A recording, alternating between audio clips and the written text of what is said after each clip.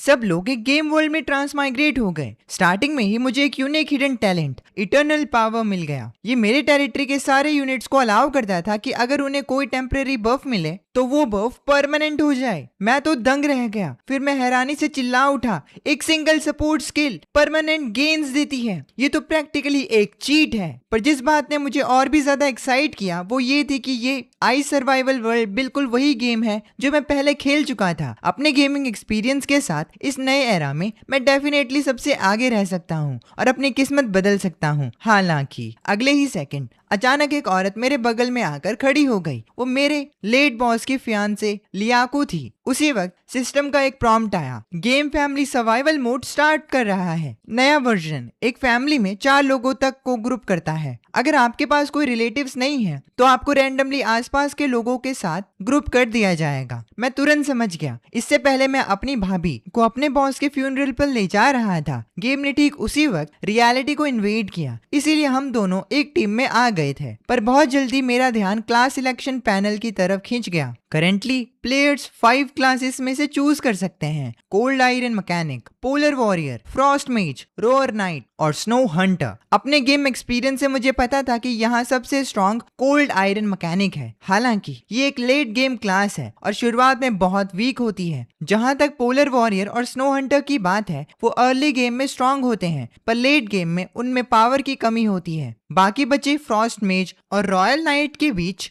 Royal night एक support class है जो कैजुअली टीममेट्स पर डिपेंड करता है, पर फ्रॉस्ट मेज ओवरऑल अच्छा परफॉर्म करता है, इसलिए मैंने डायरेक्टली फ्रॉस्ट मेज क्लास चूज कर ली। कॉन्ग्रेचुलेशंस, आपने अपनी क्लास चूज कर ली है। फ्रॉस्ट मेज एलिमेंट एफिनिटी अनलॉक हो गई है, कोल्ड रेजिस्टेंस थोड़ा बढ़ गया है और इनिशियल गियर आपके स्टोरेज में है। उसी वक्त सिस्टम ने वार्न किया, रात होने में 4 घंटे 32 मिनट बाकी हैं। नोविस प्रोटेक्शन पीरियड के दौरान कोई भी मॉन्स्टर कैंप पर अटैक नहीं करेगा। नोविस प्रोटेक्शन बाकी है 5 दिन 17 घंटे तक। ये देखकर मैंने फ्रॉन किया। अभी का टेम्परेचर पहले से ही -32 है और रात में ये 20 डिग्रीज और गिर जाएगा। ठंड से बचने के लिए हम मेनली कैंप फायर्स और लॉर्ड्स कैबिन पर डिपेंड करते हैं। कैंप फायर भी लेवल 1 पर है। ये 10 मीटर के रेडियस में टेम्परेचर 5 से 20 तक बढ़ाता है, जो कि बस काम चलाओ है। टूटा हुआ लॉर्ड्स कैबिन, इसे रिपेयर करने के लिए अभी भी स्टोन्स और वुड चाहिए थे। कोइंसिडेंटली कैंप के फायर के पास व्हाइट स्टोन्स और कटी हुई लकड़ियों का ढेर था। जैसे ही मैं उन्हें इकट्ठा करने ही वाला था, लियाको ने आखिरकार सिस्टम मैसेज को समझ लिया और बोली, आंग, उस नोटिफिकेशन ने मुझे एक क्लास पिक करने को कहा। मुझे क्या चूज करना चाहिए? भाभी, आप रॉयल नाइट चूज करो। असल में इस एडवाइस के पीछे मेरा एक सेल्फिश मोटिव था। रॉयल नाइट्स के पास लेट गेम में बहुत सारे पावरफुल बफ्स होते हैं। उनके इफेक्ट्स छोटे होते हैं, पर मेरी इटर्नल पावर टैलेंट के साथ मैं इन बफ्स को एक परमानेंट स्टेट में बदल सकता हूँ। सोचो, एक ऐसी आर्मी जिसके पास परमानेंट बफ्स स्टैक्ड हों, उनकी कॉम्बैट पावर कितनी टेरिफाइंग होगी। लियाको ने इस अनजान दुनिया में मेरे डिसीजन पर डाउट नहीं किया। मैं अकेला इंसान था जिसे वो यहाँ जानती थी। फिर मैंने एक स्टार्टिंग सप्लाई बॉक्स खोला एंड उसके अंदर से मुझे ब्रेड, एक स्टोन एक्स और एक स्टोन हैमर मिला। मैंने तुरंत लॉर्ड्स कैबिन को रिपेयर करना शुरू करने के लिए सप्लाईज कलेक्ट की। क्योंकि लियाको हेल्प करना चाहती थी तो मैंने उसे फायर को अपग्रेड करने के लिए रिसोर्सेज इकट्ठा करवाए। जल्दी ही कैंप फायर लेवल 2 तक अपग्रेड हो गया। वार्मथ रेडियस 20 मीटर तक एक्सपैंड हो गई। इस बीच लॉर्ड्स कैबिन पूरी तरह से बन चुका था। Territory interface unlock. कांग्रेचुलेशंस, अब आप और ज्यादा इंफ्रास्ट्रक्चर बिल्ड कर सकते हैं, सिस्टम ने प्रॉम्प्ट दिया और आगे बताया, क्योंकि आप इस सर्वर पर लॉर्ड्स कैबिन बनाने वाले पहले सर्वाइवर हैं, आपको स्किल बुक रिवॉर्ड की जाती है। Frost healing. Frost healing mental energy consume करती है 3 सेकंड के लिए, 0.8 HP पर सेकंड रिस्टोर करने के लिए। ऐसी स्किल बुक्स बहुत रेयर होती हैं। ये एक अनएक्सपेक्टेड बोनस था। फिर मैंने अपना पर्सनल पैनल खोला, बिल्डिंग टैब पर गया और पोलर वर्कर कैबिन चूज किया। Polar worker cabin polar worker summon करता है जो कि आपका काम करते हैं, लेकिन उन्हें समन करने के लिए फूड चाहिए होता है। कैपेसिटी 4 लोगों की होती है और रिपेयर टाइम 45 मिनट्स होता है। ज्यादा लोगों को असाइन करने से रिपेयर टाइम फास्ट हो जाएगा। गेम एक्सपीरियंस के बेसिस पर सबसे बेस्ट फर्स्ट मूव है पोलर वर्कर्स कैबिन को सबसे पहले बनाना। इसीलिए मैंने लियाको को हेल्प करने के लिए बुलाया। जल्दी ही कैबिन पूरी तरह रिपेयर हो गया। उसी वक्त सिस्टम ने एक और प्रॉम्प्ट दिया, आप पोलर वर्कर कैबिन बनाने वाले पहले सर्वाइवर हैं। Reward 50 loaves of bread. मैं खुशी से पागल हो गया। रिक्रूटिंग। एक पोलर वर्कर 5 फूड लेता है। इस रिवॉर्ड के साथ मैं बिना किसी प्रेशर के आराम से चारों वर्कर्स को रिक्रूट कर सकता हूँ। हालांकि वर्कर्स के अपने नाम थे, लेकिन कन्वीनियंस के लिए मैंने उनका नाम डावेंग, अरवेंग, सांजुआंग और सुआंग रख दिया। मैंने दोबारा बिल्डिंग पैनल चेक किया। मैं अभी भी एक इंडोर स्टोव, एक लंबर यार्ड, एक टेलर शॉप आदि बना सकता था, पर इन सब के लिए बहुत सारे रिसोर्सेज चाहिए थे। इसीलिए मैंने डायरेक्टली डावेंग और अरवेंग को लकड़ी काटने और साजुआंग और सुआंग को स्टोन्स माइन करने भेज दिया। रही बात लियाकू और मेरी, हमने एग्जिस्टिंग मटेरियल्स का यूज करके कैंप फायर को लेवल 3 तक अपग्रेड किया। फिर हम अंदर गए एक स्टोव और कुछ सिंपल फर्नीचर बनाने के लिए। ये सब करने के बाद मैंने चैन की सांस ली और चैट पैनल चेक किया। वर्ल्ड चैनल ओपन करने पर मैंने देखा लगभग सभी लोग कंप्लेन कर रहे थे और लॉस्ट फील कर रहे थे। मैंने सोचा कि मेरे अलावा शायद किसी और ने ये गेम नहीं खेला था। तभी दावेंग की आवाज बाहर से आई। मुझे देखते ही उसने जल्दी से कहा, लॉर्ड, बाहर जंगल में एक जाइंट स्नेक है। दावेंग को उसने काट लिया था और वो मर रहा था। मैंने जल्दी से दावेंग का पैनल खोला और देखा उसकी एचपी आधी हो चुकी थी, एक एक्टिव पॉइजन स्टेटस के साथ। पर मुझे राहत मिली कि ये सिर्फ लेवल 1 पॉइजन था। लियाकू को बस प्योरिफिकेशन कास्ट करना था और लियाकू ने धीरे से कहा, हॉली ब्लेस यू, जिसने इंस्टेंटली डावेंग का पॉइजन ठीक कर दिया। उसी वक्त मैंने फ्रॉस्ट हीलिंग कास्ट की। मैंने डावेंग के सर के ऊपर ग्रीन +2 नंबर्स पॉप अप होते देखे। Frost healing cast successfully. Talent eternal power activated. Skill का इफेक्ट अब परमानेंट है। मैं शॉक रह गया। एक हीलिंग स्पेल भी परमानेंट बफ बन सकती है, पर मैं तुरंत एक्साइट हो गया। इसका मतलब है डावेंग अब एक फ्रंट लाइन टैंक है जिसके पास इनफाइनाइट रीजनरेशन है और वो अब प्रैक्टिकली इनविंसिबल बन चुका है। अपने अंदर पावर फील करके डावेंग ने रिस्पेक्टफुली कहा, थैंक यू माय लॉर्ड, आपकी पावर सच में बहुत बड़ी और महान है। फिर सिस्टम ने प्रॉम्प्ट किया, डावेंग की लॉयल्टी 70 से 80 बढ़ गई है। मैंने सोचा क्या ये हीलिंग स्पेल लियाकू और मुझ पर भी काम करेगा, तो मैंने फ्रॉस्ट हीलिंग उस पर कास्ट की। बिल्कुल, सिस्टम ने दोबारा प्रॉम्प्ट दिया, फ्रॉस्ट हीलिंग एक परमानेंट स्टेटस बन गया है। हम दोनों हैरान थे, ये एबिलिटी तो ब्रोकन है। फिर मैं इसे खुद पर कास्ट करना चाहता था, पर मेरा दिमाग अचानक चकरा गया। मुझे रियलाइज हुआ कि मेरी मेंटल एनर्जी अपनी लिमिट तक पहुंच चुकी थी। पर कोई बात नहीं, मैं बस इनफाइनाइट ड्रैगन, दावेंग और बाकियों को लेकर उस जाइंट स्नेक की पिटाई करने गया। वहां पहुंचते ही उस वाइपर की इन्फो मेरी आंखों के सामने आ गई। ये एक लेवल 2 मॉन्स्टर था। कोई हैरानी नहीं कि दावेंग पहले इसको हरा नहीं पाया, पर अब फ्रंट पर दावेंग के टैंकिंग के साथ हमने उसे सेकंड्स में मार दिया। तभी सिस्टम ने एक प्रॉम्प्ट दिया, सक्सेसफुली किल्ड स्नो वाइपर। आपने 30 एक्सपीरियंस गेन की है। कांग्रेचुलेशन, आप इस रीजन में फर्स्ट ब्लड रिवॉर्ड पाने वाले पहले वॉचर हैं। तभी मुझे एक स्नेकमैन प्रीस्टेस स्क्रॉल मिलता है। स्नेकमैन प्रीस्टेस समनिंग स्क्रॉल एक लेवल 5 स्नेकमैन प्रीस्टेस को समन करता है कॉम्बैट में असिस्ट करने के लिए। ये देखकर मैं खुश हो गया और तुरंत इसका यूज किया। फिर एक बहुत खूबसूरत स्नेक वुमन अचानक प्रकट हुई। उसने मुझसे कहा, ऑनरेबल लॉर्ड, स्नेकमैन प्रीस्टेस एलिना आपकी सर्विस में हाजिर है। मैंने एलिना का स्टैट्स पैनल चेक किया और मेरी आंखें चमक उठी। एलिना के पास एक्चुअली 2 बफ स्किल्स थे। उसकी पहली एबिलिटी स्केल आर्मर है जो टेम्परेरीली खुद को या एक एलाय को 10 आर्मर प्रोवाइड करती है, और उसकी दूसरी एबिलिटी स्नेकमैन बर्जर्क है जो खुद को या एलाय को एक बर्जर्क इफेक्ट देती है जो मूवमेंट और अटैक स्पीड को 60 सेकेंड्स के लिए 20% बढ़ा देता है। जब तक ये बफ है, इटर्नल पावर के साथ मिलकर ये परमानेंट हो जाता है। मैंने तुरंत एलिना को ऑर्डर दिया कि वो ये दोनों स्किल्स हम पर कास्ट करें। तुरंत सभी ने, जिसमें मैं भी शामिल था, इन दोनों स्किल्स के परमानेंट स्टैक्ड इफेक्ट को एंजॉय किया। मैंने एलिना को भी एक परमानेंट फ्रॉस्ट हीलिंग दी। पावर फील करके एलिना भी उतनी ही शॉक थी और हाँफते हुए बोली, माय लॉर्ड, आपकी पावर सच में अनफेथमेबल है। मैंने सेटिस्फेक्शन से अपना सिर हिलाया और स्नो वाइपर के कॉर्प्स को डिसमेंटल किया। मुझे एक वेनम सैक मिला जो अटैक्स में पॉइजन ऐड करता है और 17 पीसेस स्नेक मीट के मिले। स्नेक मीट देखकर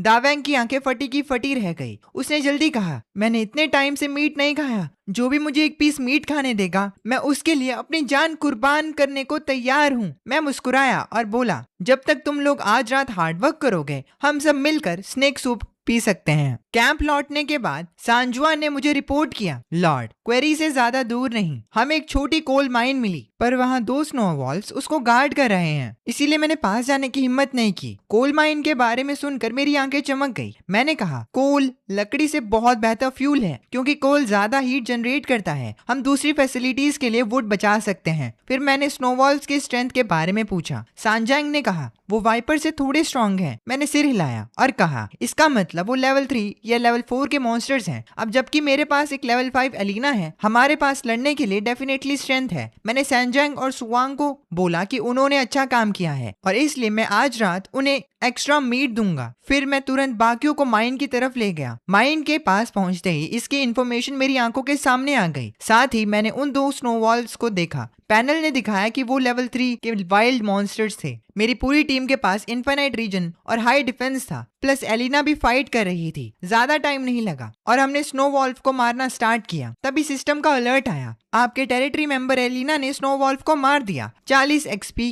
गेन की। और इस फाइट का एंड इस नोटिफिकेशन के साथ हुआ, आपने 20 एक्सपीरियंस गेन की। ये बस ऐसे ही खत्म हो गया। मैंने दोनों स्नो वॉल्फ के कॉर्प्सेस को डिसमेंटल किया। मैंने इतने बड़े लूट की उम्मीद नहीं की थी। ना सिर्फ 2 ग्रीन टीयर वॉल्फ पेल्ट्स मिले, बल्कि 130 यूनिट्स वॉल्फ मीट भी, साथ में वॉल्फ की हड्डियां और दांत भी। सबसे इंपॉर्टेंट बात, इसमें एक blue tier twin wolf knight summoning scroll drop हुआ। उसके डिस्क्रिप्शन चेक करने पर पता चला twin wolf knight recruitment scroll instantly एक powerful level 10 twin wolf knight summon करता है। हालांकि इसे यूज करने से पहले ध्यान रखें कि आपकी फूड सप्लाई सफिशिएंट हो। मैंने अभी एक लेवल 5 एलिना को समन किया था और अब एक लेवल 10 ट्विन वॉल्फ नाइट। मैं सिर्फ इतना कह सकता हूँ कि मेरी तो चांदी ही हो गई। ऊपर से वॉल्फ बेल्ट्स कोल्ड रेजिस्टेंट कपड़े बनाने के लिए रॉ मटेरियल है। ये मेरे और लियाको के लिए अर्जेंटली जरूरत को पूरा कर देगा। मैंने तुरंत एक वॉल्फ बेल्ट लियाको के ऊपर डाल दिया, जो मेरे बगल में ठंड से कांप रही थी। उसकी आंखों में तुरंत गहरी ग्रेटिट्यूड दिखाई दी। मैं मुस्कुराया और फिर माइन को कैप्चर करना शुरू किया। जिस पल ये सक्सेसफुली कैप्चर हुई, सिस्टम ने मुझे नोटिफाई किया कि मुझे एक ब्रॉन्ज ट्रेजर चेस्ट मिला है। उसी वक्त सिस्टम की आवाज फिर आई और एक स्पेशल प्रॉम्प्ट दिखा, क्योंकि आप इस सर्वर पर एक रिसोर्स पॉइंट कैप्चर करने वाले पहले सर्वाइवर हैं, आपको purple gear, ancient weapon, Barrett rifle और 12.7 mm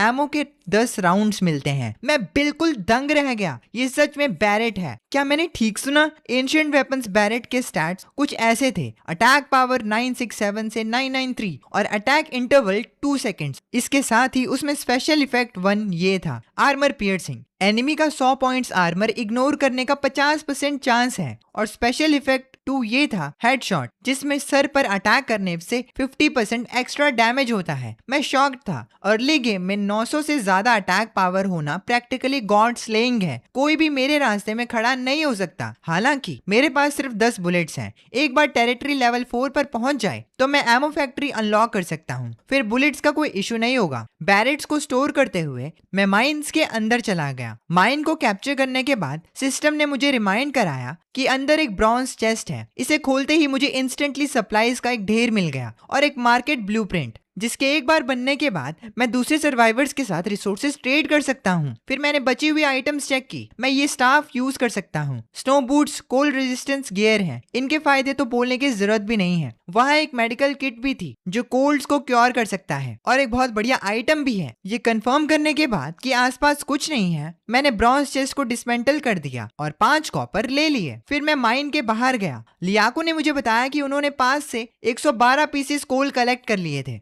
ये लंबे समय तक चलने के लिए काफी हैं। मैं मुस्कुराया, ठंड से कांपती हुई लियाको की तरफ देखा और उसे स्नो बूट्स थमा दिए। उसकी आंखों में शुक्रिया था, पर उसके पैर ठंड से जम गए थे, जिससे जूते चेंज करना मुश्किल हो रहा था। मैंने सीधे खुद उसके लिए बूट चेंज कर दिए और फिर उसके पैर देखे। मुझे उसके पैर बहुत, ऐसा नहीं बोलता वो, ये बस। और फिर उसे एक प्रिंसेस की तरह उठाकर टेरिटरी वापस ले गया। लियाको पूरे रास्ते ब्लश करती रही, पर उसने कुछ कहा नहीं। बॉस की बीवी के साथ मजा करके मुझे भी बहुत अच्छा लगा। और मैं ये जो मजा है हिंदुस्तान के हर व्यक्ति को देना चाहता हूं। टेरिटरी वापस आकर मैंने रिसोर्सेज चेक किए। फिर दावेंग और अरवांग को एक लंबर यार्ड बनाने का ऑर्डर दिया, सांचुआंग को एक मार्केट बनाने का और सुवांग को एलिना के रहने के लिए एक छोटा शेल्टर बनाने को कहा। जैसे ये सब हो जाएगा, सब रेस्ट कर सकते हैं और खा सकते हैं। फिर लियाको और मैं लॉर्ड्स कैबिन में आए। मैंने उसे थोड़ी देर रेस्ट करने दिया, जबकि मैंने खुद एक सिंपल स्टोव बनाया और दिन में उसने एक मीट को पकाना शुरू किया। अब तक बाहर रात हो रही थी और टेम्परेचर तेजी से गिरने लगा। आउटडोर टेम्परेचर एक स्टैगरिंग -50 डिग्री तक पहुंच गया। यहाँ तक कि अंदर स्टोव जलने के बाद भी ये सिर्फ -16 डिग्री था।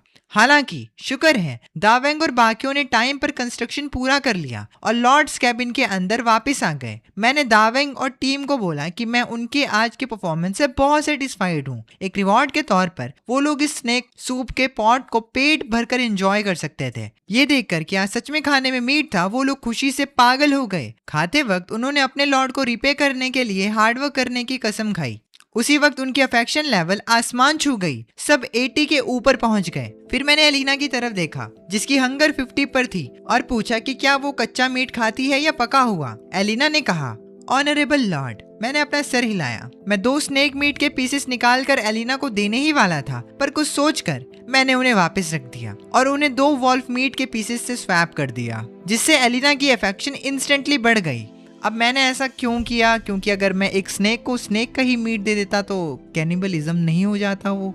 खैर, उसकी हंगर लेवल सिर्फ 10 ही बढ़ी। एलिना की एफिनिटी अब 60 पर थी, लेकिन मैं चाहता था कि उसकी एफिनिटी लेवल और ज्यादा बढ़े। अगर उनका पेट लंबे टाइम तक नहीं भरेगा तो उनकी लॉयल्टी गिर जाएगी। ऊपर से एलिना मेरी मेन कॉम्बैट पावर है और बहुत यूजफुल है, तो मैंने आराम से 4 और पीसेस निकाल दिए, उसकी हंगर लेवल को 80 तक बढ़ा दिया। पर एलिना की बड़ी डाइट ने मुझे साई करने पर मजबूर कर दिया। इसके अलावा मेरे पास अभी भी एक और भी ज्यादा powerful twin wolf knight recruitment scroll है। मैं ये सोचे बिना नहीं रह सका कि कल से मुझे और फूड इकट्ठा करने का तरीका ढूंढना ही होगा, क्योंकि अब रात हो चुकी है और इसीलिए हम बाहर काम या एक्सप्लोर नहीं कर सकते हैं। मैंने बस वर्ल्ड चैट इंटरफेस खोला ये देखने के लिए कि बाकी सर्वाइवर्स कैसा परफॉर्म कर रहे हैं, पर सिचुएशन अच्छी नहीं थी। वहाँ बहुत सारे डेथ नोटिसेस और ड्रॉप्ड बैकपैक्स थे। हालांकि कुछ प्लेयर्स ने अपने टिप्स शेयर किए थे, जैसे लॉर्ड्स कैबिन बनाने और कैंपफायर को अपग्रेड करने को प्रायोरिटी देना। साथ ही टेरिटरी के अंदर रहने से आप मॉन्स्टर अटैक से बच सकते हैं। ये सोचकर मैंने भी चैट पर लिखा, आज रात का सबसे लो टेम्परेचर -60 डिग्री तक जाएगा। अगर आप टाइम पर लॉर्ड्स कैबिन नहीं बना सकते तो आप वुड बोर्ड्स और स्टोन्स का यूज करके एक सिंपल शेल्टर बना सकते हैं। यह आपको पहली रात सरवाइव करने में मुश्किल से मदद करेगा। फिर मैं रीजनल चैनल पर गया। सिस्टम के अकॉर्डिंग 500 × 500 किलोमीटर का एक स्क्वायर एरिया है। फर्दरमोर करंट रीजन का नाम रीजन 174 है और ऑनलाइन काउंट 40,000 में से 38,000 है। जहां तक मुझे मैसेजेस मिले उनसे मुझे पता लगा कि ज्यादा लोग अर्थ पर मेरे पास के सिटीज से थे। ऐसा लगता है ट्रांसमाइग्रेटेड ने आसपास की सिटीज के लोगों को एक साथ ग्रुप कर दिया है। बाकी सब वेरियस हेल्प रिक्वेस्ट, टिप्स और ट्रेडिंग पोस्ट थे। मैंने मार्केट चेक किया कुछ सप्लाईज ट्रेड करने के लिए। उनमें से मेड स्पेल आइस आर्मर बेचने वाली एक पोस्ट ने तुरंत मेरा ध्यान खींचा। आइस आर्मर स्पेल टेम्पररी आपके आर्मर स्टैट्स को बढ़ा सकता है। हालांकि ये बहुत सारी मेंटल एनर्जी कंज्यूम करता है और मेरे लिए एक बहुत टैक्सिंग स्किल है, पर मेरी इटर्नल पावर के साथ मैं इस शील्ड को परमानेंट बना सकता हूँ। ये प्रैक्टिकली एक गॉड टियर स्किल है, पर इसका आस्किंग प्राइस 50 फूड बहुत ज्यादा था। हालांकि सेलर मॉल भाव के लिए ओपन था। मैंने उसे प्राइवेटली मैसेज करने का डिसाइड किया। मैंने पूछा, दोस्त क्या तुम आइस आर्मर स्पेल बुक को 10 फूड के लिए ट्रेड करोगे? उसने मुझे जवाब दिया, भाई ये मोल भाव है, हाईवे रॉबरी नहीं। उसने भड़क कर रिप्लाई किया, एक स्किल बुक के लिए 10 फूड? तुम जाके भीख क्यों नहीं मांगते? मैंने उसे शांति से जवाब दिया, मुझे पता है तुम डेस्परेट हो, रिजेक्ट करने में जल्दबाजी मत करो। क्या हो अगर मैं कहूँ कि ये नॉर्मल फूड नहीं मीट है? सेलर चौंक गया और बोला, क्या तुम्हें इतनी जल्दी मीट मिल गया? मैंने आइटम डिटेल्स भेज दिए। उसने तुरंत रिप्लाई किया, कम से कम 40 फूड वैल्यू, इसका मतलब 8 पीसेस स्नेक मीट, वरना नो डील। मैंने स्मर्क किया और कहा, ज्यादा से ज्यादा 3 पीसेस स्नेक मीट दे सकता हूँ। ऊपर से आइस आर्मर बस एक अर्ली गेम स्किल है, इसका ड्रॉप रेट इतना लो नहीं है। कल के बाद तुम इसको फूड के लिए ट्रेड भी नहीं कर पाओगे।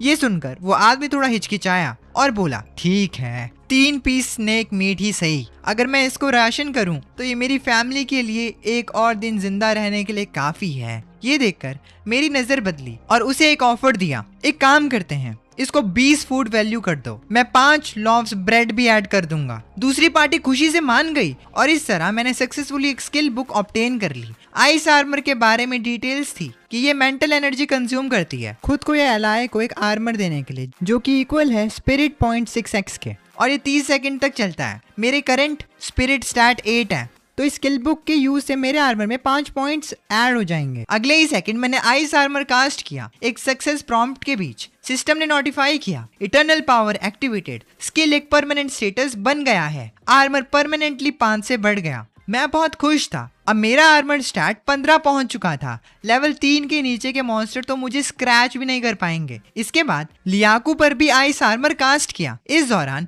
चैट चैनल के थ्रू लियाकू को दूसरे सर्वाइवर्स की सिचुएशन के बारे में पता चला। अभी जाकर उसको रियलाइज हुआ कि हर कोई उसकी तरह नहीं था, जो पहले से ही एक वार्म लॉर्ड्स कैबिन में रह रहा हो। फिर उसने कहा, थैंक यू आंग, अगर तुम ना होते तो मैं शायद बाहर अब तक ठंड से मर चुकी होती। मैंने उसे जवाब दिया, ये कोई बड़ी बात नहीं है भाभी, क्योंकि हम एक ही टीम में असाइन हुए थे। हमें इस दुनिया में बेहतर सरवाइव करने के लिए एक दूसरे को सपोर्ट करने की जरूरत है। आपकी मदद करना मेरी खुद की मदद करना है। लियाको ने कॉन्फिडेंस के साथ कहा, मैं इस दुनिया को जल्दी अडाप्ट कर लूंगी और तुम्हें नीचे नहीं गिराऊंगी। फिर हमने गुड नाइट बोला और सोने चले गए। तभी किसी ने लियाको को फ्रेंड की तरह ऐड किया। वो उसकी माँ यूलान थी। फिर एक वीडियो कॉल रिक्वेस्ट आई। लियाको थोड़ी हिचकिचाई पर एक्सेप्ट कर ली। उसने तुरंत अपनी माँ को डिमांड करते हुए सुना, लियाको क्या तेरे पास कोई एक्स्ट्रा फूड है? हमें थोड़ा सपोर्ट कर। तुझे अंदाजा नहीं है, तेरे 2 भाई, तेरे पापा और मैं बहुत बुरी हालत में हैं। उस बॉक्स में बिल्कुल ना के बराबर खाना था। इतना खाना तेरे दोनों भाइयों के लिए काफी नहीं था। उनको बड़बड़ाते हुए सुनकर लियाको के होठों पर एक कड़वी मुस्कान आई। ये बिल्कुल अर्थ जैसा ही था। उसके पेरेंट्स को कोई फर्क नहीं पड़ता था कि वो जिए या मरे। उन्होंने बस आते ही फूड मांगना शुरू कर दिया। उसे उसके पेरेंट्स ने फोर्स किया था किसी गैंगस्टर बॉस से शादी करने के लिए। लकीली वो गैंगस्टर बॉस शादी से पहले ही मर गया और वो इस ऑल्टरनेट वर्ल्ड में आ गई, फाइनली उस नाइटमेयर फैमिली से बचकर। तो उसने रिप्लाई किया कि उसके पास कोई एक्स्ट्रा फूड नहीं है। पर फिर उसके पापा ने एग्रेसिवली सवाल किया, बदतमीज, क्या तू हमसे झूठ बोल रही है? तू पहले से ही ये घर में रह रही है और तू कहती है तेरे पास खाना नहीं है। और वो फर कोट जो तूने पहना है वो तुझे कहाँ से मिला? फिर साइड से एक बच्चे की आवाज आई, मॉम, डैड, वो फर वॉल्फ पेल्ट का है। सिस्टर ने जरूर किसी वॉल्फ को मारा होगा। सिस्टर के पास वहाँ मीट है। कमीनी लड़की, तू मुझसे झूठ बोलने की हिम्मत करती है। तेरे पास मीट है पर तूने अपनी फैमिली के साथ शेयर करने से मना कर दिया। एहसान फरामोश, मैंने तुझे बेकार में ही पाला। अपनी फैमिली के एक्यूजेशंस को झेलते हुए लियाको ने अपने आंसू रोके। वो फ्लस्टर्ड और हेल्पलेस दिख रही थी। उसकी माँ और भड़क उठी, तू ऐसे एक्ट कर रही है जैसे तू विक्टिम है। हम पूरा दिन भूखे रहे पर हमने कोई शिकायत नहीं की। लियाको, तू सच में बहुत घमंडी हो गई है। पर ठीक उसी वक्त मैं अचानक उसके बगल में आ गया और बोला, तुम 2 बुड्ढे वहाँ बैठकर क्या बकवास कर रहे हो? लियाको की माँ गुस्से में आ गई और उसने मुझसे कहा, तू कौन है? मैं अपनी बेटी से बात कर रही हूँ। तुझे बीच में बोलने का क्या हक है? मैंने उन्हें सीधे बहुत बुरा भला कहकर डांटा। तुम्हें जानने की जरूरत नहीं है कि मैं कौन हूँ। रही बात मेरी हक की, मैं वही इंसान हूँ जिसने वॉल्फ को मारा और मीट मेरा है, इसीलिए ये मैटर मेरा है। तुम्हें थोड़ा सा चाहिए, सपने देखते रहो। मैं तुम्हें ब्रेड का एक टुकड़ा भी नहीं दूंगा, चाहे वो सड़ी क्यों ना जाए। तुम्हारे अपने हाथ पैर हैं, तुम लोग खुद जाकर अपने लिए खाना क्यों नहीं हंट करते? अपनी बेटी का खून चूसने आने के बजाय क्या तुम्हें कोई शर्म नहीं है? फिर मैंने लियाको को इशारा किया कि वो वीडियो कॉल तुरंत काट दे। कॉल काटते ही दुनिया इंस्टेंटली शांत हो गई। लियाको थोड़ी डरी हुई लग रही थी। उसको अपने इमोशंस कंट्रोल करने में थोड़ी प्रॉब्लम हो रही थी। पर उसने फिर भी मुझसे कहा, आंग, मुझे सिचुएशन से बाहर निकालने के लिए तुम्हारा शुक्रिया। मैंने उसे समझाया, कोई बात नहीं भाभी, ये लोग बिना कुछ किए मुफ्त का खाना चाहते हैं, मुझसे सप्लाईज लेना चाहते हैं। बिल्कुल नहीं, मैं उन्हें ऐसा कभी नहीं करने दूंगा। और ये याद रखना, चाहे जो कोई भी तुमसे फूड या रिसोर्सेज मांगे, तुम बिल्कुल नहीं दोगी। अगर तुम एक बार झुक गई तो ये चीज दूसरी बार भी होगा और वो लगातार चीजें मांगते रहेंगे, समझी? लियाको को पता था कि इस दुनिया में आकर भगवान ने उसे एक मौका दिया अपनी ओरिजिनल फैमिली से फ्री होने का, एक फ्रेश स्टार्ट करने का। इसीलिए उसने सीरियसली नॉड किया और कहा, मैं समझ गई आंग। अचानक कुछ याद आने पर वो स्टोव के पास गई और गर्म पानी का एक छोटा बेसिन लाई और मुझसे बोली, आंग, मैं देख रही हूँ ठंड से तुम्हारे पैर लाल हो गए हैं, मुझे गर्म पानी से तुम्हारे पैर धोने दो। इतनी जलन फील हो रही है मुझे भाई। ठीक है। इस दौरान लियाको के पेरेंट्स गुस्से में पागल थे, पर उसके पापा को अचानक याद आया कि मैं कुछ जाना पहचाना सा लग रहा हूँ। थोड़ा सोचने के बाद उसकी माँ ने आखिरकार मुझे पहचान लिया और बोली, इससे पहले कि हम लियाको को गैंगस्टर बॉस चेन जैंग से शादी करने के लिए फोर्स करते, वो लड़का बस चेन जैंग के अंडर एक ड्राइवर है जो स्पेसिफिकली लियाको को ड्राइव करने के लिए असाइन किया गया था। ये जानकर कि मैं बस एक ड्राइवर था, उसके पापा ने एक शैतानी मुस्कान दी, एक प्लान बनाते हुए। उसने स्क्रीन पर पहले देखा था कि उनके सिटी के सैन येन गैंग का फैंग लॉन्ग अपने आदमियों को इकट्ठा कर रहा था और फैंग लॉन्ग भी लियाको के क्रेजी स्टॉकर्स में से एक था। वो पूरी तरह से फैंग लॉन्ग को बैकअप के लिए कांटेक्ट कर सकता था और मुझे रास्ते से हटा सकता था। टाइम स्किप होकर अगला दिन आ गया। तभी एक ग्लोबल नोटिफिकेशन गूंजी, अटेंशन ऑल सर्वाइवर्स, आपने आइस एज की पहली रात सरवाइव कर ली है। नोविस प्रोटेक्शन 4 दिन 22 घंटे बाकी हैं। चैट चैनल चेक करने पर मैंने नोटिस किया कि ऑनलाइन काउंट 1000 से ज्यादा ड्रॉप हो चुका था। मैंने उस पर ज्यादा ध्यान नहीं दिया। इसके बजाय मैंने दावेंग और बाकियों को ऑर्डर दिया कि पोलर वर्कर कैबिन को अपग्रेड करना जारी रखें और दूसरे स्ट्रक्चर्स बनाएं। फिर मैंने twin wolf knight summoning scroll निकाला। जैसे ही मैंने इसे यूज किया, एक जाइंट वेयरवॉल्फ की सवारी करता हुआ एक नाइट मेरे सामने प्रकट हुआ। उसने सल्यूट किया। ट्विन वॉल्फ नाइट आसम, आपकी सर्विस में। मैंने उसके स्टैट्स पैनल को चेक किया। मैंने पाया कि आसम के अलावा वो वॉल्फ भी लेवल 10 का था। ये समन प्रैक्टिकली एक बाय वन गेट वन की तरह था। कितनी कमाल की डील है। मैंने नॉट किया। फिर हमने ice armour, Frost healing, scale armour और स्नेक मैन बर्जर्क असम पर कास्ट कर दिया। उसके पास कुल मिलाकर 4 परमानेंट बफ्स हो चुके थे। असम तुरंत शॉक हो गया और बोला, आप सबसे महान पावर वाले लॉर्ड हैं जिन्हें मैंने आज तक देखा है। असम आपके प्रति अपनी वफादारी की कसम खाता है। उसी वक्त सिस्टम ने मुझे नोटिफाई किया, आपने टेरिटरी मेंबर असम की स्ट्रेंथ बढ़ाने में मदद की। लॉयल्टी बढ़ गई और असम की करंट लॉयल्टी 80 है। मैं सेटिस्फेक्शन से मुस्कुराया। इटर्नल पावर वाकई बहुत काम की चीज है। फिर मैंने असम से कहा कि उसका पहला टास्क एक एक्सप्लोरेशन मिशन है। मैंने उसे इंस्ट्रक्ट किया, कैंप के नॉर्थ ईस्ट की तरफ जाओ और रास्ते में आने वाले किसी भी रिसोर्स पॉइंट्स या वाइल्ड क्रिएचर को मार्क करो। जब एक्सप्लोरेशन रेडियस 10 किलोमीटर तक पहुंच जाए तो वापस आकर रिपोर्ट करना। असम ने कहा, जैसा आप कहें, और वो निकल पड़ा। इस दौरान पोलर वर्कर कैबिन भी लेवल 2 पर पहुंच गया, जिसे अब 8 पोलर वर्कर्स तक को समन किया जा सकता था। मैंने और फूड खर्च करके उन्हें समन किया। उनका नाम वुजांग, लुवांग, शिवांग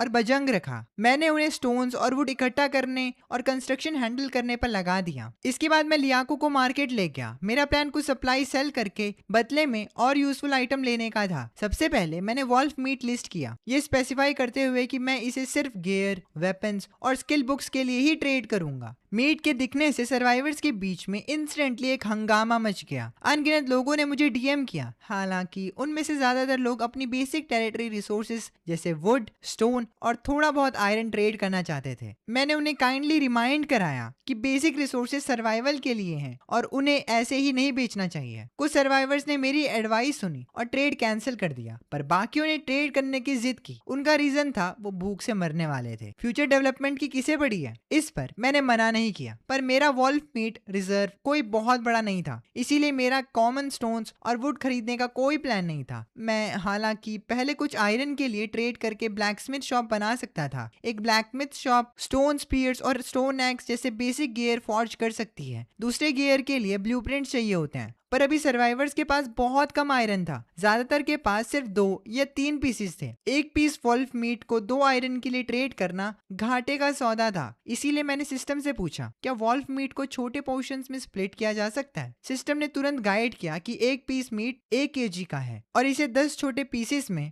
यानी हर पीस 100 ग्राम में स्प्लिट किया जा सकता है। मैंने तुरंत मीट को 50 पोर्शन में स्प्लिट किया और ट्रेडिंग कंडीशन को 1 स्मॉल पोर्शन के लिए 2 पीसेस ऑफ आयरन पर सेट कर दिया। इंस्टेंटली मैंने एक मैसिव अमाउंट में रिसोर्सेज इकट्ठा कर लिए। मैंने टेरिटरी रिसोर्सेज चेक किए। इनके साथ मैं आखिरकार टेलर शॉप और ब्लैकस्मिथ शॉप बना सकता था, जबकि दूसरे सर्वाइवर्स अभी भी ब्लाइंडली एक्सप्लोर कर रहे थे। मेरी टेरिटरी पहले ही शेप ले चुकी थी। प्रोग्रेस बहुत ज्यादा फास्ट थी। जब तक मैं इस रिदम को कंटिन्यू रखूंगा, ज्यादा टाइम नहीं लगेगा कि मैं टेरिटरी लेवल अपग्रेड करके हायर टियर स्ट्रक्चर्स बना सकूं। फ्यूचर डेफिनेटली बहुत ब्राइट दिख रहा था। फिर मैंने लियाको को गाइड किया कि कैसे फाइट करनी है, पर तभी सिस्टम का एक इमरजेंसी अलर्ट आया। आपके टेरिटरी मेंबर असम पर अटैक हो रहा है। मेरा दिल बैठ गया। असम अपने ट्विन वॉल्फ के साथ पहले ही एक लेवल 10 नाइट है। टियर 1 पर प्रैक्टिकली उसका कोई राइवल है ही नहीं, पर उस पर अटैक होने का मतलब था कि उसका किसी बहुत ही खतरनाक दुश्मन से सामना हुआ था। लियाको को भी अलर्ट मिला और उसकी आंखें चिंता से भर गई। मैंने उसे तसल्ली दी, असम के ऊपर 4 परमानेंट बफ्स हैं। जब तक वो 1 शॉट ना हो जाए, उसे बच निकलने में कोई प्रॉब्लम नहीं होनी चाहिए। और ठीक वैसा ही हुआ। कुछ मिनट बाद हमें असम का कोई डेथ नोटिस नहीं मिला। जल्दी ही मैंने देखा असम कैंप वापस आ गया और उसकी हालत बहुत खराब लग रही थी। मैंने अपनी बैरेट उठाई और उसके पास गया, पूछा कि क्या हुआ। असम ने जल्दी से माफी मांगी और बताया, कैंप से करीब 3 किलोमीटर दूर हमारा सामना एक पावरफुल स्नोफील्ड डायर बैर से हुआ है। वो डायर बैर लाइटनिंग शूट कर सकता है। लिंगडोंग और मैं उसकी एक हिट भी नहीं झेल पाते अगर आपने हमारी स्ट्रेंथ को पहले से बफ नहीं किया होता। माय लॉर्ड, शायद हम जिंदा वापस नहीं आ पाते। ये सब आपकी रहम दिली है कि हम जिंदा लौट कर आ पाए। उसका अंदाजा था कि सिर्फ एक टियर 2 नाइट ही उसे हरा पाएगा। ये सुनकर मैंने एक पल के लिए सोचा, फिर उन दोनों को पूरी तरह हील किया और बोला, असम मुझे वहां ले चलो उसे देखने के लिए। वो स्नोफील्ड डायर बैर हमारे कैंप से सिर्फ 3 किलोमीटर दूर था। इस बात ने मुझे इतना अनईजी कर दिया गया कि मैं सो नहीं पाता। मुझे पहले उसकी स्ट्रेंथ ऑब्जर्व करनी थी। ऑफ कोर्स मुझे अपनी बैरेट राइफल पर भी पूरा भरोसा था। सब लेवल 20 मॉन्स्टर्स में बेसिकली मेरा कोई राइवल नहीं था। आधे घंटे बाद हम एक स्नोई माउंटेन के नीचे एक केव के पास पहुंचे। सिस्टम ने तुरंत हमें अलर्ट किया, आप स्नोफील्ड डायर बेयर्स लेयर पर पहुंच गए हैं। एक पावरफुल क्रिएचर अंदर रहता है,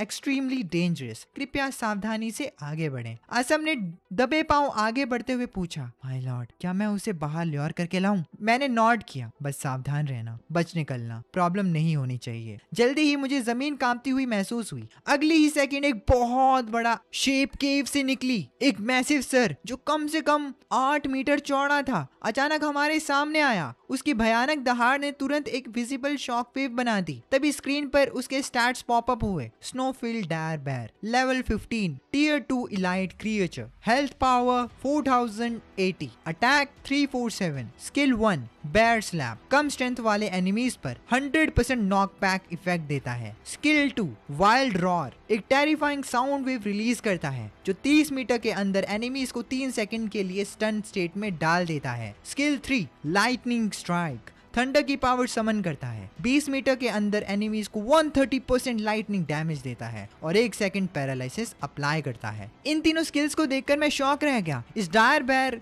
की स्ट्रेंथ प्रैक्टिकली किसी लेवल 20 मॉन्स्टर के बराबर थी, पर मैं घबराया नहीं। इसके बजाय मैंने कामली सिचुएशन को एनालाइज किया। दुश्मन के पास 4000 हेल्थ पावर है। मेरी बैरेट राइफल के साथ मुझे इसे मारने के लिए कम से कम 5 शॉट चाहिए। अभी मैं बेयर से 500 मीटर दूर हूँ। डायर बेयर की स्पीड से उसे मुझ तक पहुंचने में कम से कम 10 सेकंड लगेंगे। बैरेट का 2 सेकंड अटैक इंटरवल है। 10 सेकंड्स मेरे लिए 5 बार फायर करने के लिए काफी हैं। इसीलिए मैंने बैरेट को एम किया और ठीक स्नोफील्ड डायर बेयर पर शॉट फायर किया। तुरंत जैसे ही बेयर से खून निकला, एक टेरिफाइंग डैमेज नंबर -870 पॉपअप हुआ। अपना बैलेंस खोते हुए वो भारी भरकम तरीके से नीचे जमीन पर गिर पड़ा। मैं रुका नहीं और मैंने दोबारा फायर किया। इस बार डैमेज एक स्टैगरिंग -1234 था। इसने बैरेट का आर्मर पियर्सिंग इफेक्ट ट्रिगर किया था। 2 लगातार शॉट्स खाने के बाद स्नोफील्ड डायर बेयर पूरे मर्डरस इंटेंट से भर गया। वो वापस उठा और मेरी तरफ लपका। मैंने एक और शॉट फायर किया, पर ये वाला उसने एक्चुअली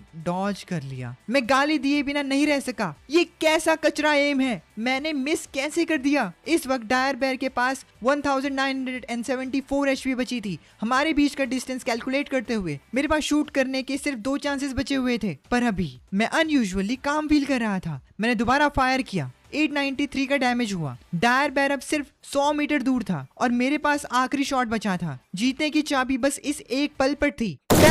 एक टेरिफाइंग डैमेज नंबर -1574 सीधा डायर बेयर के सर से फूटा। आखिरी ब्लो ने ना सिर्फ हिट किया बल्कि उसने एक हेडशॉट ट्रिगर कर दिया था। उसी वक्त एक सुनहरा सिस्टम प्रॉम्प्ट चमका। आपने successfully level 15 snowfield dire bear को मार दिया है। Leapfrog kill experience 350 multiplier by 400% equals to 1400 XP total. आपका लेवल बढ़ गया है, करंट लेवल 3। मुझे 1400 एक्सपीरियंस पॉइंट मिलते हैं और मैं खुशी से पागल हो जाता हूँ। मैं एक साथ 2 बार लेवल अप हुआ था, पर सिस्टम प्रॉम्प्ट्स यहाँ खत्म नहीं हुए थे। अगले ही पल स्क्रीन पर लूट आइटम्स की लिस्ट आ गई। Loot acquired from snowfield dire bear, basic heart of power, basic heart of power ascension item. एक लेवल 10 सर्वाइवर या टेरिटरी मेंबर को असेंशन कंप्लीट करके एक टियर 2 क्रिएचर बनने देता है। असेंशन पर सभी स्टैट्स 100% बढ़ जाते हैं। Basic elemental crystal 8 elemental power से भरे क्रिस्टल जो बेसिक मैजिक बिल्डिंग्स बनने या एल्केमी मटेरियल्स के रूप में यूज होते हैं। कांग्रेचुलेशंस, आप एक इलाइट टियर क्रिएचर को मारने वाले पहले सर्वाइवर हैं। फर्स्ट ब्लड रिवॉर्ड के तौर पर आपको बेसिक एलिमेंटल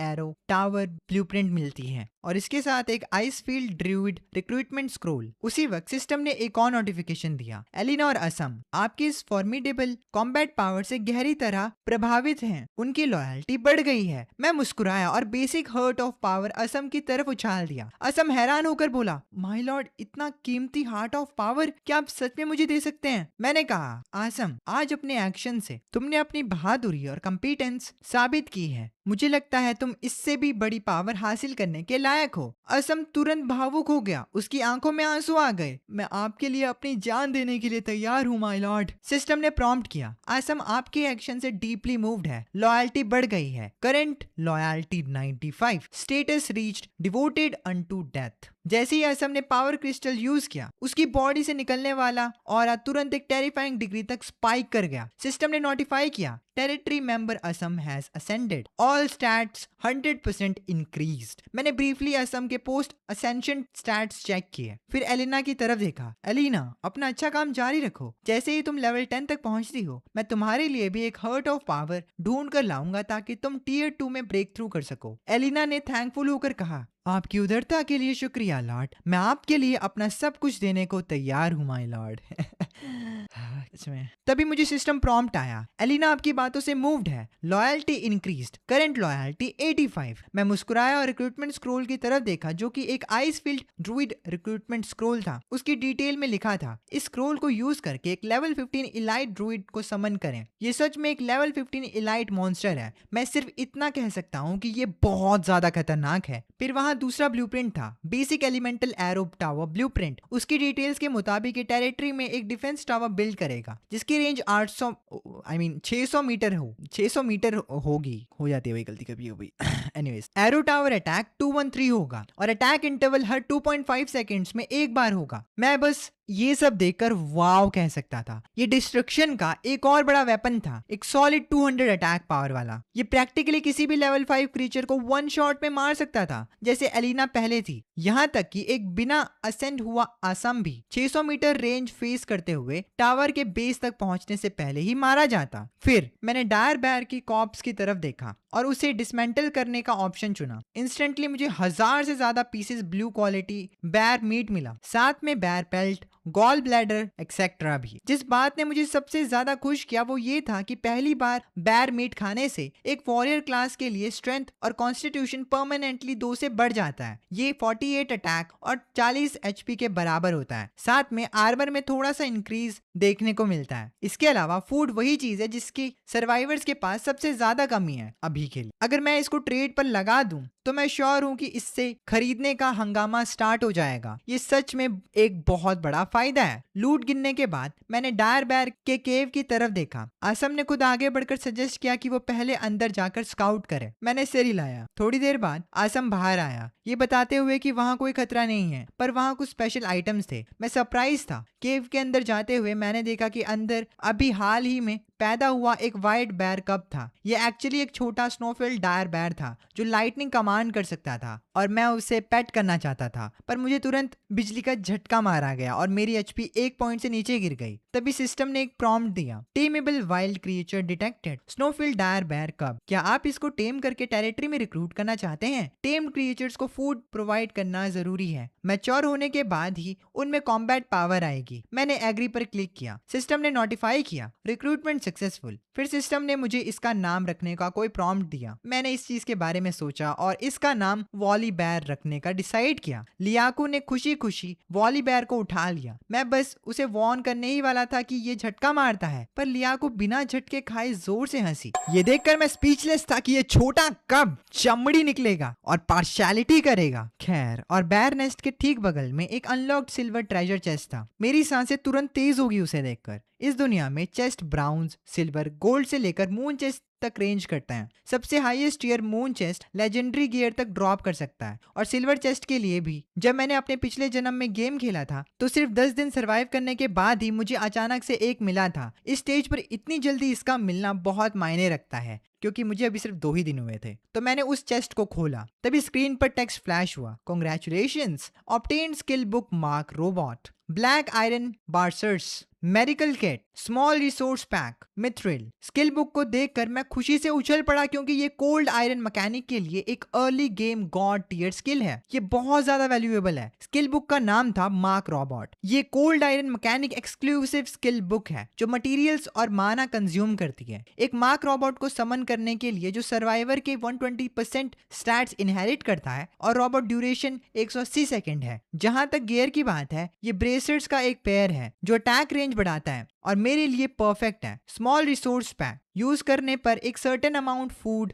वुड और आयरन देता है। मिथ्रिल एक प्रीशियस मेटल है जो एडवांस्ड गियर और बिल्डिंग्स बनाने में यूज होता है। टेरिटरी में वापस आकर मैंने सप्लाईज चेक किए। मैं यही कहूंगा कि हमारे पास अब सब कुछ है। फिर मैंने दावैंग की टीम को बिल्ड और गैदर करने का काम असाइन किया। लियाको के साथ लॉर्ड्स कैबिन में जाने से पहले जब से मैंने लियाको को उसके पेरेंट्स से डील करने में मदद की, हमारा रिश्ता बहुत करीब आ गया था। एक छोटे से एम्बिगियस मोमेंट के बाद हम और आगे नहीं बढ़े। मुझे अभी थोड़ा शांत होने की जरूरत थी। मैं मार्केट की तरफ गया और ट्रेडिंग इंटरफेस खोला, कुछ सप्लाई सेल करने की तैयारी में। टेरिटरी का डेवलपमेंट सबसे पहले आता है। वर्ल्ड चैनल ओपन करते ही ये हमेशा की तरह डेथ ड्रॉप से भरा हुआ था, पर कुछ लोग गाइड्स शेयर कर रहे थे, एक रूथलेस मास्क्ड मैन के ग्रुप के बारे में वार्न करते हुए जिनसे उनका सामना हुआ था। दूसरों को उनसे दूर रहने के लिए कह रहे थे। तभी चैट चैनल में एक कमोशन शुरू हो गया। सैन यांग गैंग का फैंग लॉन्ग दोबारा फूड बेच रहा था। उसने मैसेज डाला, 100 ग्राम लीन मीट फॉर 100 वुड या 50 स्टोन्स, वेपन्स और गियर को प्रायोरिटी दी जाएगी। जिसके पास भी स्पेयर मटेरियल्स हैं मुझसे ट्रेड करें। ये देखकर कुछ लोग एक्साइटेड थे। दूसरों ने इस अब्सर्ड प्राइस पर कंप्लेन किया। मैंने अपना सर हिलाया। ये प्राइस सच में बहुत ज्यादा था। ये प्रैक्टिकली किसी पूरे कैंप के रिसोर्सेज खा जाएगा। हालांकि फूड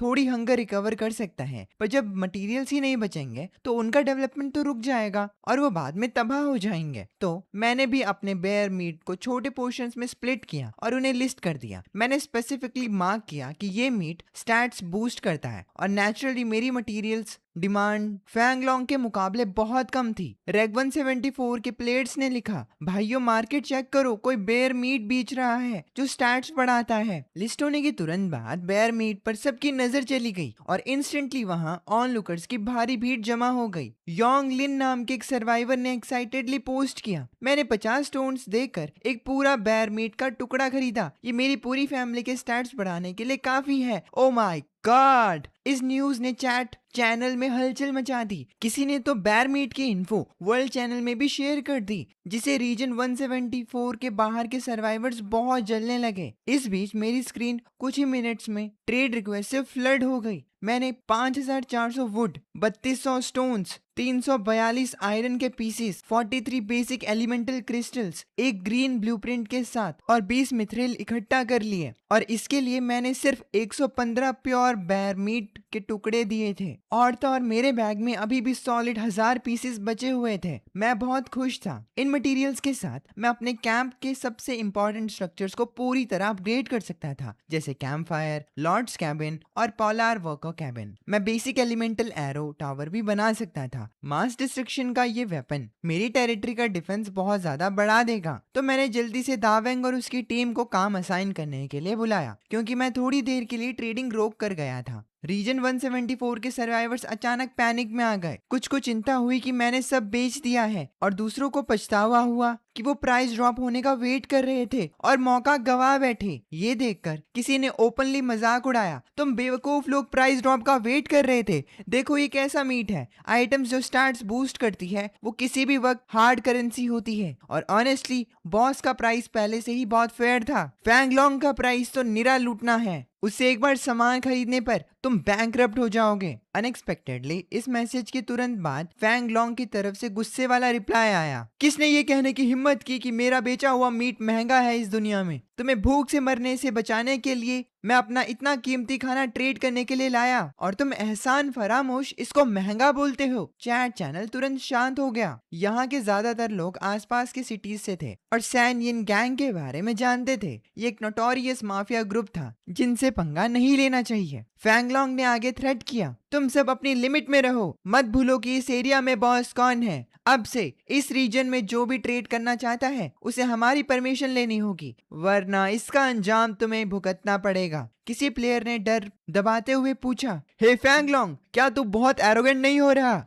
अपनी चीजें लूटने वाले रेट्स पर बेचता है और दूसरों को बेचने भी नहीं देता। फैंगलोंग ने स्मग करते हुए रिप्लाई किया, तुमने बिल्कुल ठीक कहा, हम इतने ही एरोगेंट हैं। तुम्हें क्या लगता है सान यिन गैंग वाले कमजोर हैं? मैं तुम्हें बता दूं, इस रीजन में हमारे सैकड़ों भाई हैं। हमारा आमना सामना आज नहीं तो कल जरूर होगा। तुम लोग अंजाम के बारे में ध्यान से सोच लो। एक ही वक्त पर सैन यिन गैंग के मेंबर्स फैंगलोंग के साथ देने के लिए सामने आ गए। ये देखकर बाकी सर्वाइवर्स का चेहरा पीला पड़ गया और उनकी कुछ भी बोलने की हिम्मत नहीं हुई। इस वक्त मैंने आखिरकार टास्क असाइन कर दिए थे और वापस आया तो देखा कि फैंग लॉन्ग दूसरों को ट्रेडिंग करने से बैन कर रहा था। चैट पढ़ते हुए मैं थोड़ा शॉक्ड जरूर था, पर मैं बस हंसा। मैंने चैट पर भेज दिया, भाइयों मैं थोड़ी देर के लिए गया था, ट्रेडिंग अभी वापस रिज्यूम हो गई है। फैंग लॉन्ग ने तुरंत रिप्लाई किया, क्या तूने मेरी बात नहीं सुनी? मैंने सबको ट्रेडिंग रोकने के लिए कहा था। बच्चे, क्या तूने सेन गैंग का नाम नहीं सुना? ब्ला ब्ला ब्ला। मैंने उसे जवाब दिया,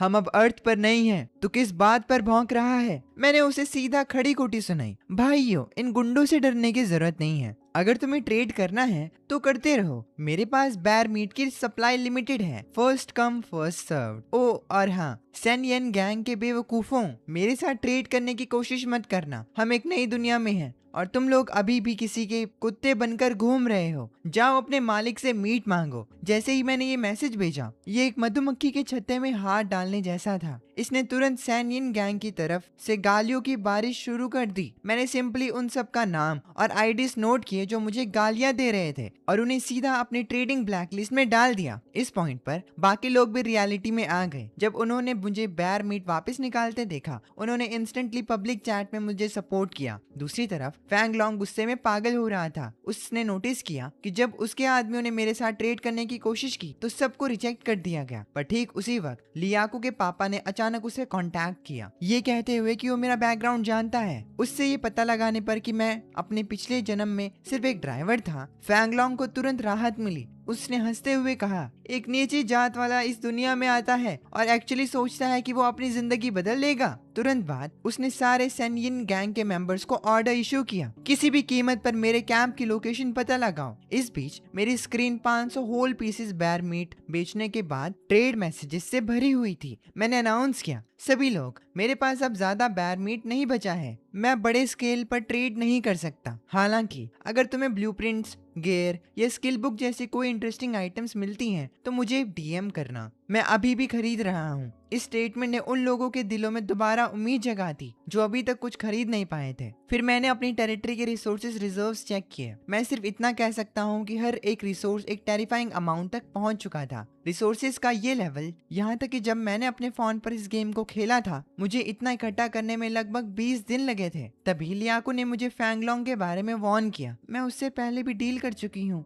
वो बहुत ही कपटी और कमीनापन से भरा हुआ आदमी है और बिल्कुल रूथलेस है, तुम्हें सावधान रहना चाहिए। मैंने सिर हिलाया, पर मैं बिल्कुल भी वरीड नहीं था। इस स्टेज पर पीवीपी के लिए दुश्मन का कैंप ढूंढना और अटैक लॉन्च करना जरूरी होता है, पर अभी सर्वाइवर सिर्फ लेवल 1 या 2 पर हैं। उनके लिए मुझे ढूंढने के लिए दर्जनों या सैकड़ों किलोमीटर ट्रैवल करना इम्पॉसिबल है, और अगर उन्होंने आने की हिम्मत भी की तो एक लेवल 5 एलिना और लेवल 10 ट्विन वॉल्फ नाइट उन्हें एक तरफा कुचल सकते हैं। इसके अलावा मेरे पास एक अनसमन्ड आइस ड्रूइड भी है। सबसे जरूरी बात, मैं डिस्ट्रक्शन का एक बड़ा हथियार बनाने जा रहा हूँ, बेसिक एलिमेंटल एरो टावर। तब तक एक फैंग लॉन्ग को तो भूल ही जाओ, यहाँ तक कि अगर पूरी सेन येन गैंग एक साथ भी आ गई तो वो सारे के सारे मारे जाएंगे। जिस बात की मुझे सबसे ज्यादा टेंशन थी वो थी मैन पावर की कमी। मेरे पास बहुत सारे रिसोर्सेज हैं, पर सिर्फ 8 पोलर वर्कर्स हैं। रात दिन काम करने के बाद भी मैं अपने सारे रिसोर्सेज कंस्ट्रक्शन में नहीं डाल सकता, और अगर मैं रिसोर्सेज को अपने फायदे के लिए यूज नहीं कर सकता तो ये एक बहुत बड़ा वेस्ट है। जब मैं इस बात की टेंशन ले रहा था, असम अचानक पेट्रोल से वापस आया और वो अपने साथ 3 औरतों को लाया। असम ने मुझसे कहा, माय लॉर्ड, मुझे एक नई डिस्कवरी रिपोर्ट करनी है। उसने बताया कि ये औरतें रिफ्यूजीज हैं जो आइसफॉल सिटी से भागकर आई हैं। आइसफॉल सिटी हमसे हजारों किलोमीटर दूर एक शहर है,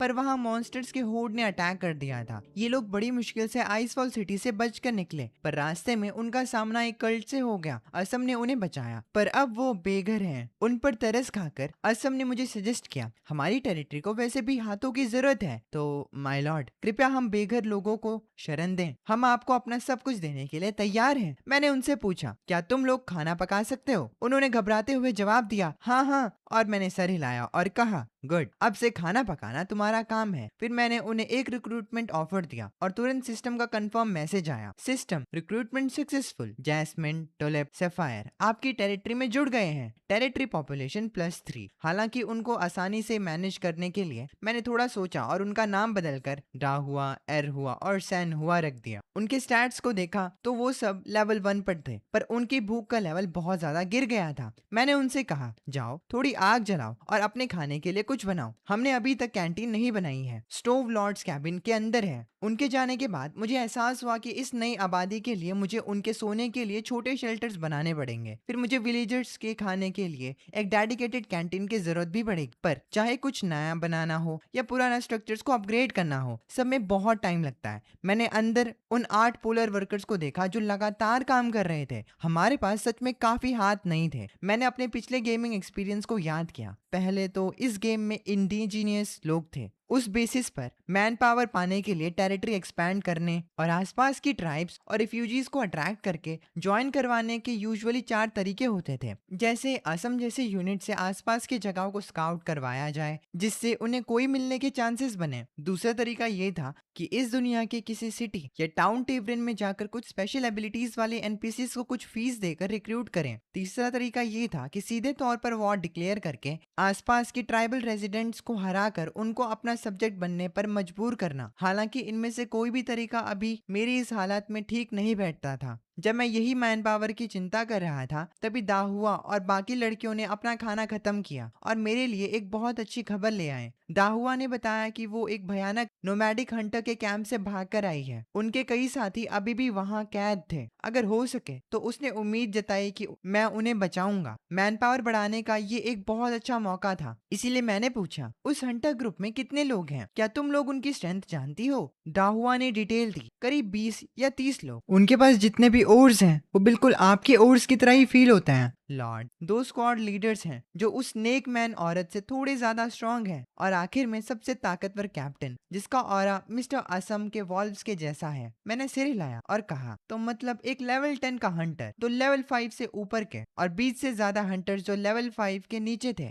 पर मेरे पास एक असेंडेड आसम और एक लेवल 15 टियर 2 इलाइट आइसफील्ड ड्रूइड जिसे अभी समन नहीं किया गया। अगर हम अटैक करते हैं तो जीत पक्की है। इसके अलावा मेरे गेम एक्सपीरियंस के अनुसार ये नोमैडिक हंटर्स बहुत खजाना इकट्ठा करके रखते हैं। लोकेशन पाने के बाद मेरा प्लान कंफर्म था। मैंने आगे आने वाले बैटल की तैयारी तुरंत शुरू कर दी। सबसे पहले तो 2 स्किल बुक्स थी जो कल मुझे मिली थी। पहली स्किल बुक ये थी, स्किल बुक आइस कोन। 1 से 3 आइस कोन्स बनाती है जो स्पिरिट 0.8 का मैजिक डैमेज देते हैं। इसका 30% चांस होता है कि 1 सेकंड का फ्रीज इफेक्ट देने का। और दूसरी बुक ये थी, स्किल बुक ब्लेसिंग। ये स्किल बुक एक वेपन में अरोरा पावर भरती है। मेली अटैक 60 सेकंड तक स्पिरिट 0.8 बोनस लाइट डैमेज देते हैं। इन दोनों में से मैंने आइस कोन खुद सीख लिया और रोअर ऑफ ब्लेसिंग्स लियाको को दे दी। फिर मैंने आइसफील्ड ड्रूइड रिक्रूटमेंट स्क्रॉल यूज किया। एक पावरफुल ऑरा के बीच इंस्टेंटली एक वॉइस गूंजी, नेचर की पावर मेरा रास्ता दिखाएगी। Guardian Andrew reporting for duty. मैंने एंड्रयू के स्टैट्स चेक किए तो देखा कि उसके पास एक पावरफुल ट्रांसफॉर्मेशन स्किल थी। उसकी स्किल जायंट बेयर फॉर्म ये करती है, ये एक आइस फील्ड जायंट बेयर में ट्रांसफॉर्म करती है जिससे सारे स्टैट्स प्लस 30% बढ़ जाते हैं और साथ ही में 2 एक्स्ट्रा स्किल्स भी देती है,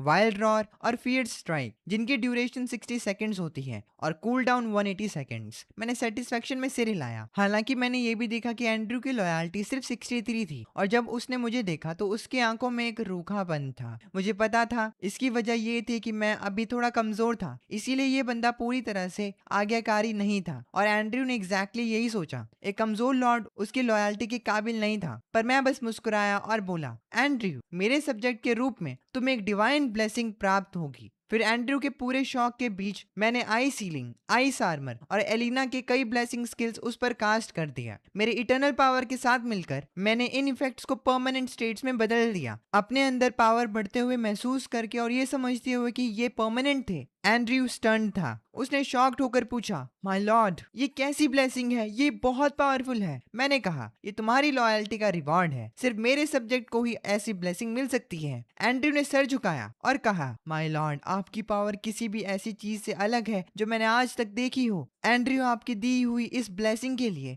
आपसे अपना आभार व्यक्त करता है। उसी वक्त स्क्रीन पर लॉयल्टी इंक्रीज का स्टेटस आया। आपने टेरिटरी मेंबर एंड्रयू की स्ट्रेंथ बढ़ाई, लॉयल्टी इंक्रीज, करंट लॉयल्टी 74। मैं मुस्कुराया और अपनी टीम को हंटर कैंप ले जाने के लिए तैयार हो गया। पर अचानक सिस्टम ने एक नया ग्लोबल अलर्ट दिया, अटेंशन सारे सर्वाइवर्स, आपने आइस एज का दूसरा दिन सर्वाइव कर लिया है और अब इस दुनिया के रिदम के साथ अडेप्ट हो चुके हैं। लेवल लीडर बोर्ड्स जल्द ही खुलेंगे। हर एक रीजन में जो पहले 100 सर्वाइवर्स लेवल 10 क्रॉस करेंगे उन्हें लीडर बोर्ड रिवॉर्ड्स दिए जाएंगे। मैंने उन रिवॉर्ड्स पर एक तुरंत नजर डाली। उसमें रैंक 100 से रैंक 4 तक के लिए ज्यादातर खाना और रिसोर्सेज ही रिवॉर्ड्स में थे, पर जो पहले 3 रिवॉर्ड्स थे वो वाकई में पागल कर देने वाले थे। उसमें टीयर 2 क्रिएचर्स के रिक्रूटमेंट स्क्रोल्स थे और ब्लू टीयर गेट्स भी, पर जिसने मुझे असल में हाफने पर मजबूर कर दिया था वो था फर्स्ट प्लेस का रिवॉर्ड। इस दुनिया में एक टीयर 2 बॉस लेवल क्रिएचर का रिक्रूटमेंट स्क्रोल है, चाहे वो समन किए गए यूनिट्स हो या वाइल्ड क्रिएचर्स, उनको एप्टीट्यूड के हिसाब से ग्रेड किया जाता है। एप्टीट्यूड उनकी ताकत और पोटेंशियल ग्रोथ को दर्शाता है। सबसे कम से हाईएस्ट तक नॉर्मल, इलाइट, चीफ, बॉस और कमांडर लेवल्स होते हैं, और एप्टीट्यूड जितना बढ़ता जाएगा लेवलिंग अप में आपके स्टैट्स भी उतने ही ज्यादा होते जाएंगे। जैसे एक इलाइट क्रिएचर के पास स्टैट्स में नेचुरली एक नॉर्मल क्रिएचर से 30% ज्यादा ताकत होती है। ये फर्स्ट प्लेस का रिवॉर्ड डायरेक्टली चीफ को छोड़कर एक बॉस लेवल का क्रिएचर दे रहा था, जो सच में एक टेरिफाइंग चीज थी, क्योंकि boss level second best level होता है। उस पर मैंने फैसला किया कि मुझे किसी भी हालत में इस फर्स्ट प्लेस रिवॉर्ड को पाने के लिए मेहनत करनी होगी। इस दौरान फैंगलोंग, जिसे मुझसे ये दूसरी फैक्शंस के लोगों से दुश्मनी थी, उसने भी ठीक यही बात सोची होगी, पर सिस्टम के अकॉर्डिंग अभी लीडर बोर्ड पब्लिश नहीं किया जाएगा। तो मैंने अपनी खुशी को दबाते हुए सीधा अपनी टीम को हंटर कैंप की तरफ जाने का कमांड दिया। वहां पहुंचने पर सिस्टम ने रेड वार्निंग शो की, आप एक स्पेशल एरिया में आए हैं, नोमैडिक हंटर कैंप। यहाँ का डेंजर लेवल एक्सट्रीमली डेंजरस है। ये देखकर मैं बिल्कुल भी नहीं डरा। ये सिस्टम मेरा इवैल्यूएशन मेरी पर्सनल ताकत को बेस बनाकर कर रहा था। समन्स को बाहर रखकर मैंने एंड्रयू और रसम की टीम को तुरंत चार्ज करने का ऑर्डर दिया। एनिमी विसल्स के बीच दर्जनों भाले लिए हुए नोमैडिक हंटर्स रिएक्ट करते हुए अपने टेंट से बाहर आ गए। मैंने झट से उनके स्टैट्स पर एक नजर डाली। वो सब लेवल 3 या लेवल 4 के थे, उनसे कोई खतरा नहीं था। फिर मैंने देखा एंड्रयू सीधा भीड़ में जाके भिड़ गया और अपने एक ही वार में काफी हंटर्स को डैमेज कर दिया। -300 और -400 के डैमेज नंबर्स पॉप अप हो रहे थे। तभी battle log notification pop up हुआ, आपके टेरिटरी मेंबर एंड्रयू ने एक नोमैडिक हंटर को मारा, 40 एक्सपीरियंस मिली। ये देखकर हम दोनों चौंक गए। हम ऑब्वियसली उस फाइट में नहीं थे, फिर भी हमें एक्सपी मिल रहा था। पर मुझे तुरंत समझ आ गया कि हम सबने मिलकर एंड्रयू और टीम पर अपने बफ्स डाले थे, इसीलिए जब एंड्रयू ने मॉन्स्टर को मारा तो हमें भी उन फाइट्स का हिस्सा मिल गया, जिस वजह से हमें उनका थोड़ा एक्सपी मिला, असिस्ट। ये बात जानते ही मुझे यकीन हो गया कि अभी फिलहाल हम ओपी हैं। इसका मतलब था जब तक मैं सफिशिएंट फॉलोअर्स बनाए रखूं और अपनी टीम को हंट करने भेजूं, तब तक मैं आराम से अपनी जगह बैठकर टेरिटरी और खुद को लेवल अप कर सकता हूं। इस तरीके से मेरे और लियाको के लिए लीडरबोर्ड रिवॉर्ड्स हासिल करने का रास्ता बहुत आसान हो जाएगा। दूसरी तरफ उस नोमैडिक हंटर के अटैक्स हमारे लोगों को मुश्किल से 1 पॉइंट का डैमेज दे पा रहे थे, और अटैक लगते ही तुरंत +10 HP का हीलिंग इफेक्ट ट्रिगर हो जाता था। ये नामुमकिन नजारा देखकर हंटर्स की आंखें फटी की फटी रह गई, और शायद उनके भी वो डर के मारे चिल्लाए, ये किसी गेम चीटिंग से कम नहीं है। उसी पल कैंप के बीचों बीच एक आदमी अचानक दौड़ते हुए निकला। वो इस ग्रुप का कैप्टन था। मैंने झट से उसकी तरफ देखा तो पता चला कि उसके पास तेज रफ्तार जैसी एबिलिटी थी, जो उसे वहां से तेजी से भागने का मौका दे रही थी। मैंने तुरंत एंड्रयू को वार्न किया, वो उनका कैप्टन है, उसे बचकर जाने मत देना। एंड्रयू और उसकी टीम की बेरहमी को देखकर वो कैप्टन वहां से फरार होने की पूरी कोशिश कर रहा था, पर मेरी आवाज सुनते ही एंड्रयू जोर से दहाड़ा और तेजी से एक जायंट बेयर में ट्रांसफॉर्म हो गया। उसने एक लंबा जंप मारा और आगे बढ़कर कप्तान को तुरंत दबोचा और उठाकर इतनी जोर से जमीन पर पटका कि उसकी वहीं मौत हो गई। उसी वक्त स्क्रीन पर विक्ट्री नोटिफिकेशन चमका, आपने 150 एक्सपीरियंस गेन कर ली है, level up to level 4, territory का रैंक +50 बढ़ गया है। एक स्पेशल जानकारी, क्योंकि आपने डिफिकल्टी के मुताबिक उन्हें एफिशिएंटली फिनिश किया है तो आपको एक्स्ट्रा रिवॉर्ड के तौर पर फैंटम असैसिन रिक्रूटमेंट स्क्रोल मिलता है, जो कि एक लेवल 20 इलाइट फैंटम असैसिन को समन कर सकता है। ये जानते ही मैं बहुत खुश हुआ। लेवल 20 का इलाइट, ये समन तो एंड्रयू से भी ज्यादा तगड़ा होगा। उसके बाद मैं उस कैंप की लूट इकट्ठा करने के लिए आगे बढ़ा। हमारी टीम को कुछ हंटर मास्क, एक Tier 1 सोल्जर ट्रेनिंग मैनुअल और कुछ सिक्के मिले। हंटर मास्क वो गियर होता है जो पहनने वाले का स्पिरिट स्टैट बूस्ट करता है। ट्रेनिंग मैनुअल आम एनपीसीज को Tier 1 कैपेबिलिटी वाले सोल्जर में ट्रेन करने के काम आता है। कॉइन्स इस दुनिया में यूनिवर्सली यूजफुल करेंसी थे, जो खाने पीने और फॉलोअर्स की भरपाई या ट्रेडिंग के काम आते थे। टेंट्स को और धोने पर एक टेंट में बहुत ही खौफनाक मंजर दिखा। खून से सने ऑल्टर्स पर लोगों की लाशें पड़ी थी। ये देखकर मेरा जी खराब हो गया। ये हंटर्स सच में पूरी तरह से पागल और दरिंदे थे। बाकी टेंट्स को छानने पर मुझे कुछ और कॉइन्स, सप्लाईज और काफी सामान मिला, जिनमें खाना इंक्लूडेड था। इस दौरान एंड्रयू मेरे पास आया और उसने मुझे बताया कि उसे उस कैप्टन की लाश से एक अजीब सी चाबी मिली है, और उस चाबी का नाम है गॉब्लिन वॉल्ट। की। एंड्रयू ने आइटम्स डिटेल्स पढ़ते हुए कहा, अगर आप इस की को इसमें बताए गए स्पेसिफिक कोऑर्डिनेट्स पर लेकर जाएंगे तो ये आपको उनके गॉब्लिन वॉल्ट तक पहुंचने में मदद करेगी। हालांकि नोट के तौर पर एक वार्निंग भी लिखी थी, इस जगह पर बहुत स्पेसिफिक डेंजर्स हैं, इसीलिए पूरी सावधानी बरतें। ये सुनकर मेरी आंखें चमक उठी। हाँ, गॉब्लिन्स भले ही कमजोर होते हैं, पर मुझे पता था कि इस वॉल्ट में भारी मात्रा में आर्टिफैक्ट्स जरूर मिलेंगे। लेकिन कोऑर्डिनेट्स चेक करने पर पता चला कि वो जगह हमसे करीब 40 किलोमीटर दूर थी, इसीलिए फिलहाल मैं वहां जाने का बस इंतजार ही कर सकता था। आखिर में जब हम सबसे लेटेस्ट टेंट की तरफ गए तो मैंने वहां बंधे हुए लोगों से उनके नाम पूछे जिन्हें उन पागल दरिंदों ने हॉस्टेज बनाया हुआ था। उनमें अर्थ की एक लड़की भी थी जिसका नाम टोंग चाकू था। वो अभी लेवल 1 पर थी। उसने रोते हुए बताया कि वो एंड उसके डैड खाना ढूंढने के लिए आए थे, लेकिन फिर इन नोमैडिक हंटर्स ने उन्हें पकड़ लिया। उसकी पूरी बात सुनकर मैं परेशान हो गया, क्योंकि जब हम पिछले टेंट में ऑल्टर्स के पास गए थे तो वहीं उनकी लाश थी। वो वहां मारे जा चुके थे। अपने पिता की मौत की बात जानकर टोंग चाकू लगातार रोती रही। लियाको उसे घूर कर देखती रहती है और हमदर्दी से बोलती है, चलो इसे भी अपने साथ कैंप ले चलते हैं। मैंने सहमति में हाँ बोला। इन नए लोगों को अपने साथ ले जाना थोड़ा रिस्की था, क्योंकि ये कभी भी धोखा दे सकते थे, पर इस लड़की के पास कोई कॉम्बैट स्ट्रेंथ नहीं थी, इसीलिए मुझे इससे डरना जरूरी नहीं लगा। लियाको ने उसके पास जाकर आराम से कहा, आप टेंशन मत लीजिए, अब सब ठीक है। टोंग चाकू, जिसे थोड़ी राहत मिली थी, उसने उम्मीद भरी नजरों से मुझे देखते हुए दबी जबान में पूछा, भैया क्या हम मेरी मॉम को भी यहाँ ला सकते हैं? मेरी माँ हमारे कैंप में अकेली है। ये सुनते ही मैं थोड़ा सोच में पड़ गया और कन्फ्लिक्टेड था। असली सर्वाइवर एनपीसीज की तरह कमजोर या आज्ञाकारी नहीं होते, वो कभी भी रेबेल कर सकते हैं। अगर इनकी फैमिली का कोई बड़ा दुश्मन रहा तो कल मुझे उससे भी उलझना पड़ेगा। और सबसे बड़ा सवाल, मैंने कैंप में मैनेज कैसे करूंगा? मेरे दिमाग में इसके 2 तरीके आए।